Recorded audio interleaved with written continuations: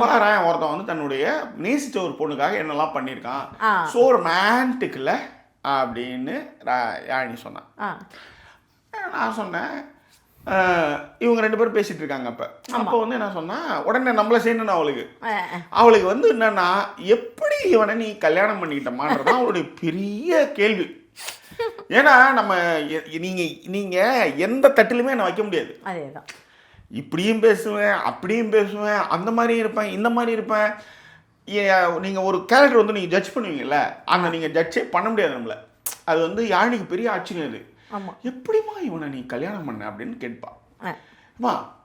அதே தான் நீங்கள் சொல்லுங்கள். இல்லை அப்போ கேட்டப்போ என்னாச்சு அப்படின்னா அவள் வந்து என்னென்னா இப்போ அவன் ரொம்ப ரொமான்டிக் அப்படின்போது நம்ம ஊர் பசங்களாம் அந்தளவுக்கு கிடையாது. முக்கியமாக அப்பா இஸ் நாட் தட் ரொமான்டிக் அப்படின்னு எங்க எட்டு வந்து எதில் சேர்க்குறா பாருங்க. அவங்க ஆத்தாக்காரி மாரி நாமான்னு சும்மா இருந்தேன் என்னை டிபெண்டாக கூப்பிட்டு வந்து உட்காந்து வச்சுட்டு என்னை எதிரில் உட்கார வச்சுட்டு 2 பேரும் நக்கல் விட்டுருக்காங்க. சொன்ன உடனே நான் சொன்னேன் அப்படி ஒன்றும் கிடையாது பாப்பா, அப்பா இஸ் ரொமான்டிக் தானே. என்ன ரொமான்டிக்கு அப்படின்னோடனே பூ வளர்க்குறது வந்து ரொமான்டிக் கிடையாது யானி. எனக்கு தெரிஞ்ச விஷயம், எனக்கு பிடிச்ச விஷயம், எனக்கு தேவைங்கிறது எனக்கு முன்னாடியே தெரிஞ்சு எனக்காக அதை பண்ணுறது ரொமான்டிக் தானே. ஒரு ஏன் ஈவன் காஃபிக்கு என்னை கூப்பிட்டு போகிறான்ல, அது எவ்வளோ ரொமான்டிக்கான விஷயம். அந்த விஷயத்தில் அவனை வந்து அடிச்சிக்க முடியாது தான்.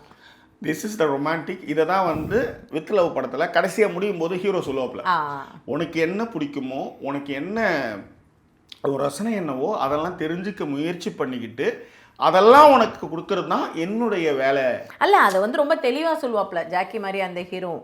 அதாவது உனக்கு என்ன பிடிக்குங்கிறதுலாம் எனக்கு தெரியாது, ஆனால் உனக்கு என்ன பிடிக்குங்கிறத தெரிஞ்சுக்கிட்டு உனக்கு பிடிச்ச விஷயங்களை செய்யறதுக்கு முயற்சி பண்ணுவேன் அப்படின்னு வாப்பில். நம்ம எப்போ கேட்டிங்கனாலும் பாருங்க, 60 வயசில் கேட்டாலும் சரி, 80 வயசில் கேட்டாலும் சரி, அது மாதிரி சொல்லும்போது நான் முயற்சி தானே பண்ணுறேன்னு அன்றைக்கி நான் சொன்னேன். நீங்கள் அது வந்து எவ்வளோ ஒரு சேஃபான ஒரு தெளிவான வார்த்தை பார்த்துக்கங்க. நீங்கள் என்ன சொல்கிறேன் அவனும் அதெல்லாம் சொல்ல விட மாட்டான். நீங்கள் உடனே அந்த கதைக்கு போகாதீங்க. நான் அவனை கல்யாணம் பண்ணிக்கல சொல்கிறேன் வந்துடுறது உடனே. அப்படி இருந்ததுன்னா முயற்சி பண்ணாமல் இருக்கிறவனே கல்யாணம் பண்ணியிருப்பேன். இந்நேரம் நான் டிபெண்டாக போயிருந்தேன் தெரியும்ல.